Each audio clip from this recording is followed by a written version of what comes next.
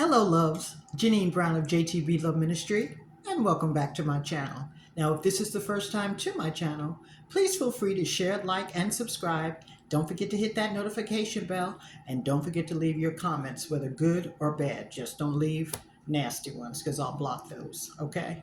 So let's talk about it. Now, I'm tired of these pastors. I mean, they are exhausting us, trying to keep up with all their apostasy and filth and the things that they're doing. And I really didn't want to speak on Robert Morris. I really didn't. I'm kind of like burnt out on some of these pastors, but I got to talk about it. So let's talk about it. Now, according to an article in the Christian Post, mega pastor Robert Morris confesses to moral failure after a woman claims he began molesting her at the age of 12. Now, this moral failure happened 35 years ago. Robert Morris is the pastor of Gateway Church in Southland, Texas, and it's one of the largest churches in America. It has 9 campuses and over 100,000 worshipers. Now, again, allegedly, he committed this crime 35 years ago by having inappropriate sexual touching of a 12-year-old girl for 4.5 years. Now, Robert was in his 20s at the time of this transgression. He was married to his current wife, and he had a son, Josh, at this time. Now, here is what Morris told the Christian Post in response to this. He said, quote, "When I was in my early 20s, I was involved in inappropriate sexual behavior with a young lady in a home where I was staying. It was kissing and petting and not intercourse, but it was wrong.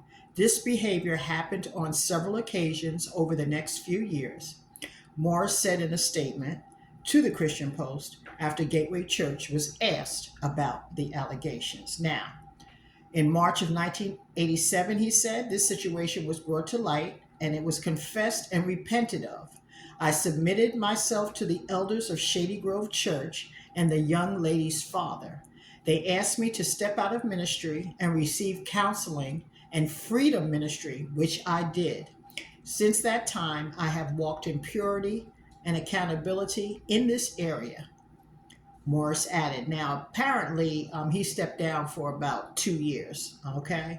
Now, Morris's accuser, her name is Cindy Clemenshire. She first told this story to the Wartburg Watch that he began sexually abusing her on December 25th, 1982, and continued with the abuse for 4.5 years after that. When contacted by the Christian Post on Saturday, the 54-year-old grandmother confirmed the details in the report, but insisted she was no young lady when Morris began abusing her. That's what Morris said, that she was a young lady, and that's what he told the church. That's what he told the elders, okay? That's what he told the Christian Post. Now, she said, quote, I'm of course just appalled," Cindy told the Christian Post on Saturday, "about his description of her as a young lady," end quote. Okay. She said, quote, "I was 12 years old. I was a little girl, a very innocent little girl, and he was brought into our home, he and his wife, Debbie, and their little boy, Josh, and trusted and preached at the church that my dad helped start, and then began grooming all of us to do this, which took me decades to wrap my brain around as an adult," she said. So this is how it started, according to Cindy. He asked her to visit him in his room one night. She said she was wearing pink pajamas with bloomer pants she wore underneath, and she wore underwear underneath. She had a snap-up robe on. Quote, "She thought nothing of visiting a family friend in their bedroom. He told her to lie down on her back and touched her stomach. He told her to close her eyes. Then he touched her breasts and felt under her panties. He warned her to never tell anyone about this because it will ruin everything," end quote. Now, she also claims that Morris repeatedly abused her in Texas and Oklahoma, and he often told his wife that he was merely, quote, counseling, end quote, her during the abuse. Now, I'm not going to go into any more details about this. So what I'm going to do is leave a link in the description box below. So because there's some more graphic stuff that he did to her, although there was never any penetration by the penis, but there was some penetration. So I'll let you read the what she says allegedly would happen, okay? And you can read it for yourself, what Robert Morris has been accused of. Now, according to the elders of the church at Gateway, Robert had told them about his transgression, but according to reports, Robert never told the elders it was a 12-year-old girl at the time, but rather he said it was a young lady, and that's what Cindy, the victim, is having a problem with also. So Robert told half-truths, not the whole truth. So he was still lying and still hiding.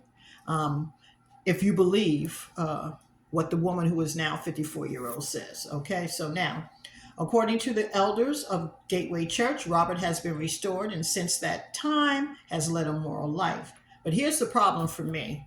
He may have been restored, but according to the woman, she has had to have counseling for this trauma.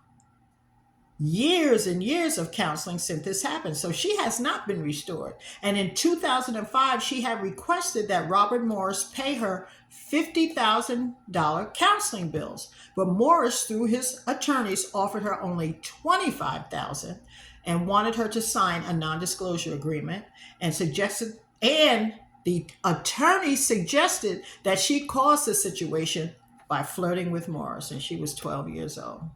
Okay, so she refused the non-disclosure agreement.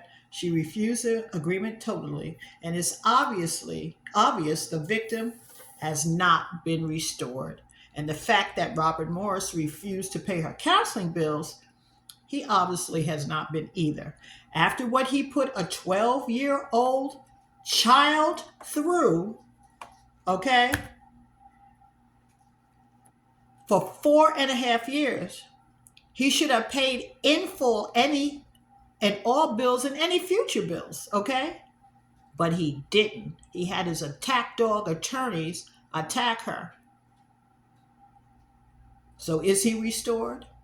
So as far as I'm concerned, Robert Morris has not been restored and should step down immediately. Now, Robert Morris is fortunate that her father, when she was 12 and a half for 4.5 years, up until the time she was 16, that her father, Cindy's father, gave him the opportunity to step down from his position at the church and did not contact the authorities. But is God going to give Robert Morris a pass? And after him refusing to pay her counseling bills and offering her half the amount, has he been restored? I say not. Okay, now here's what the Bible says at Matthew 18:6. Okay, chapter 18, verse 6. And I'm going to read from the New King James Version. Jesus warns of offenses against children in the Bible. And he says, quote, "But whoever causes one of these little ones who believe in me," obviously, that's Cindy, she believed in him, "to sin." So, but whoever causes one of these little ones who believe in me to sin, it would be better for him if a millstone were hung around his neck and he were drowned in the depth of the sea. End quote. Refusing to pay her counseling bills is a red flag for me, and it's a deal breaker for me. He needs to step down. What say you? Leave your comments below. I look forward to reading them. God bless you.